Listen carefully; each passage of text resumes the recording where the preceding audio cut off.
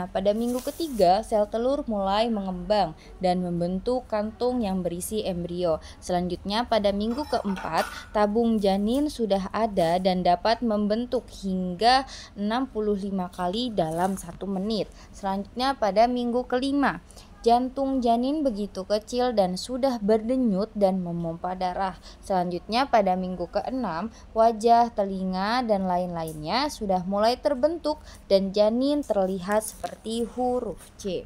Selanjutnya pada minggu ke-7, tangan dan kaki janin sudah mulai terbentuk.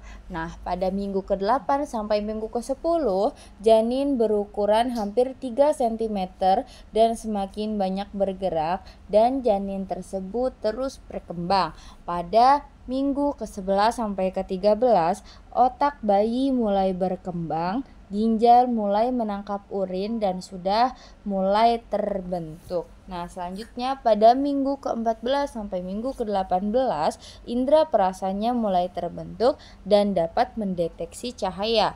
Pada minggu ke-19 sampai ke-22, bayi sudah bisa mendengar suara dan menelan serta memproduksi kotoran.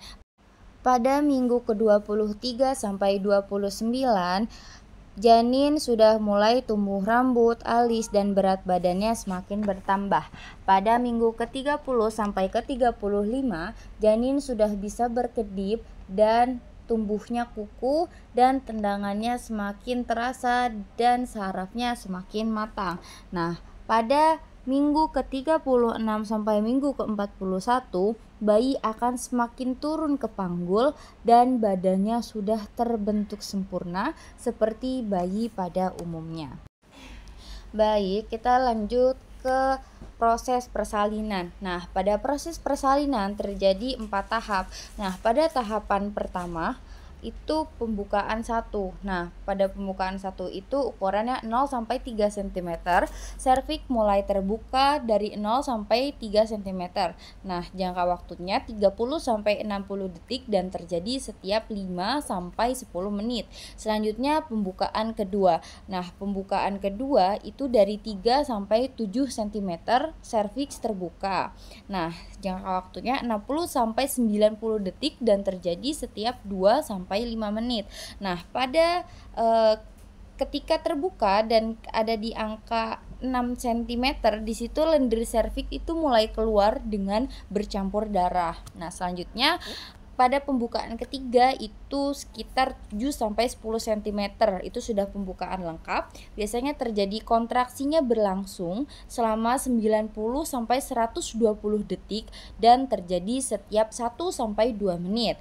Selanjutnya bayi mulai turun ke jalan lahir dan kontraksi semakin sering. Nah, pada pembukaan terakhir, pembukaan keempat, itu adalah proses melahirkan. Kontraksinya semakin terjadi di puncak, bayinya siap dilahirkan.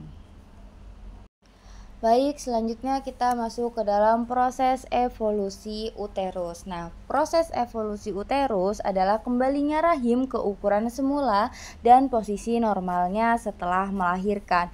Nah, di sini ada 9 hari, ada hari ke-1, hari kedua, hari ketiga, hari keempat, hari kelima, hari ke-6, hari ke-7, hari ke-8, dan hari ke-9. Nah, di hari pertama itu fundus berada di sekitar pusar atau sedikit di atasnya. Nah, pada hari kedua sampai hari ke-9 fundus secara bertahap turun ke bawah menuju pelvis. Proses ini disebabkan oleh kontraksi rahim yang membantu mengeluarkan jaringan sisa plasenta dan mengecilkan ukuran rahim. Baik, yang selanjutnya kita akan pelajari tentang tahapan darah nifas.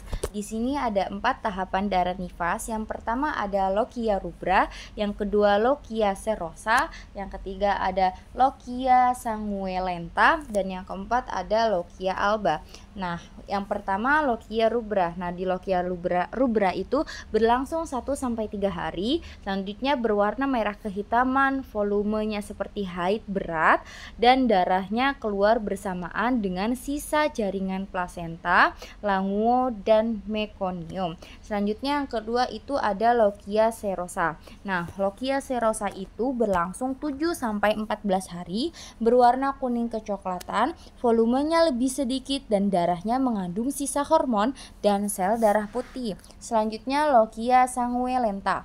Nah, lochia sanguinolenta ini berlangsung sekitar 3-7 hari, berwarna merah muda, volumenya mulai sedikit, darahnya keluar bercampur dengan lendir. Nah, selanjutnya ada lochia alba. Nah, lochia alba ini berlangsung lebih dari 14 hari, berwarna putih bening, merupakan tahap pemulihan dan cairannya mengandung selaput lendir serviks dan serabut jaringan yang mati.